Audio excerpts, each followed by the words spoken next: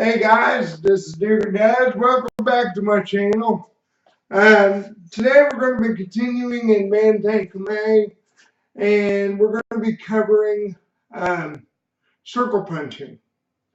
Those of you who aren't familiar with it, it's a style of punching found in a style called Wing Chun. Now, I myself never directly studied in Wing Chun, but I did study a style called American Combat Kung Fu, where we actually used this type of punching.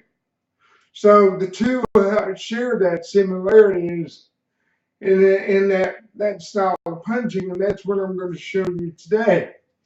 But the first thing I want to show you is the modified goat stance that we use in our system, unlike that of the traditional Wing Chun goat stance. Now, not to say it's bad or anything, it's just for me, my disability does not allow me to do the traditional way of getting into that stance, so I've had to modify it to fit me. But what I'm going to do is I'm going to show you with my hands how they do it in traditional Wing Chun, and then I'll show you with my feet how I get into it. Okay, I'm going to move up so you can see this. Now, they start with feet together. Then they go out like this. Then they go in. Then they go out. Then they go in. Till their feet are shoulder width apart. And their toes are basically pointing at each other. Okay? And that's the stance. And that stance is good for training. It's not really good for combat, but it's really good for leg training. If you want a really good leg workout, stand in that stance for a while. But the way I do it, for me, is I put feet together and I step out left leg and put my feet shoulder width apart like in a natural stance. Now, for me, since I can't turn my ankles all the way in, I just shift my toes to where they are trying to point together, okay? And the way that I know I'm doing it right is whenever my feet are together and my knees are slightly bent, that's going to put my hips over my heels. So all my weight is distributed evenly over those heels. So if I take a punch here, that punch is going to go down into me to where my gravity point is. It's not going to push me back because my weight is distributed over my heels. Okay, that is my modified goat stance. Now I'm going to get into the style of punching that we're going to be doing. And the first thing I'm going to show you is the fist. It's just a basic sun fist, or what they call a vertical fist. Vertical punch, straight up and down. Okay? Now, the chamber, or the way we are going to hold them, is one hand is going to be at least 2 fist lengths from my chest. The second one is going to be about 1 inch from my chest. Just like that. Either side. Okay? But I'm going to be punching in front of me. And the reason why we're punching over my chest is because I have a line running through my body called the center line. Your opponent has one too. So we're going to be punching on his center line. Okay? And it doesn't matter where you hit him on that center line. It's just going to be right in the middle of his body. His face, his chest, his groin, wherever on that center line. Okay, so let's get into our goat stance and assume our position, whether it doesn't matter if the punch is in front or in back. Okay, it doesn't matter which fist is in front or back because you're going to do the same thing. Okay, and your elbows are going to be close to your body. They're going to be held into your ribs, just like a boxer. Okay. Now, as I push forward or punch forward, my motion is going to be kind of like that of a locomotive. That's how I'm going to deliver the punch. You know, like an old steam locomotive, or when you was a kid, you would go choo, choo, choo, choo. So that's what we're going to do, but it's going to be out in front of us. 1, 2. See? Choo, choo. There's my train. Imagine my hands are the wheel, and that wheel is spinning in place.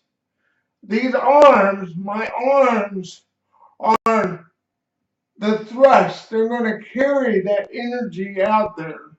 Okay, so that's the action. Okay, so now that we know how to do it, we're going to go as slow as we can or as fast as we can. Okay, and you can do, like I said, either hand can be out there. Boom, boom, boom, boom, boom. Now, that's great and all. That's traditional Wing Chun. But we want to, because this is Bantay Camay, we want to modify it just like we did the stance. And it's also a way to get more economy of motion. In other words, the smaller I make that circle, the more time and energy I save, right? So since we're already got a tight circle going, what can I do to make it better or more efficient? Okay. Well, what I do is I don't tense up and make that fist until the moment of impact. So basically what I'm doing is my hands are open until I get to that moment right before I make contact with my opponent. That's when I tense up. That's when I'm going to drive all that energy into his body. And by doing that, my hands are a lot faster because I'm not tense. My body is relaxed. Okay?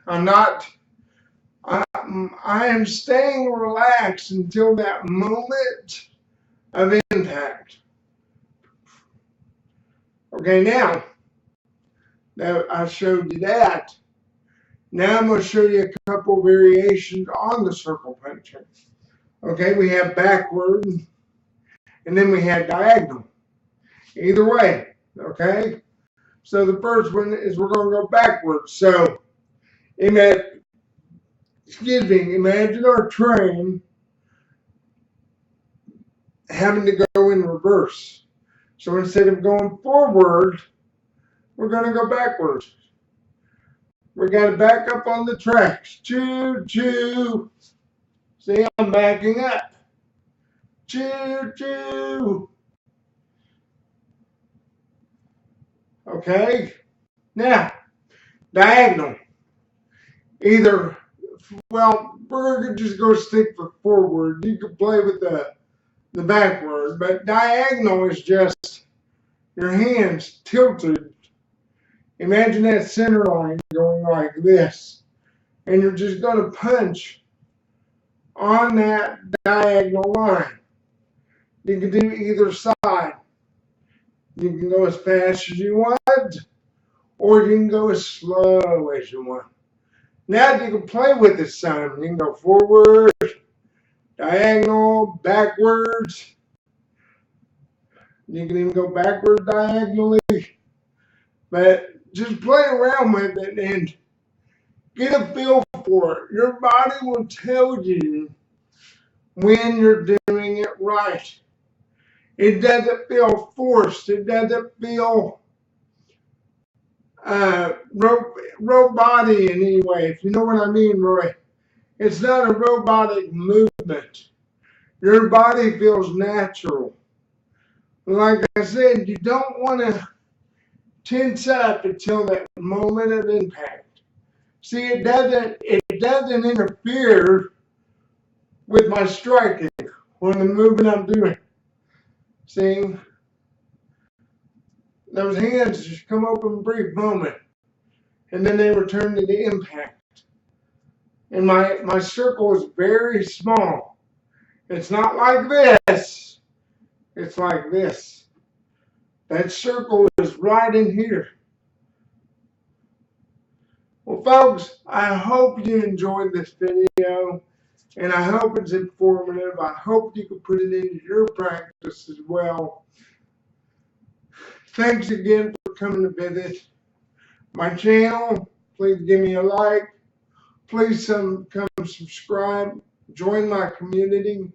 I always say the more the merrier, because the more there are in this group, the more we can do. And I want to give out a shout out to a new subscriber and possibly a new student, Timothy Green. I appreciate your kind words on some of the videos you watch.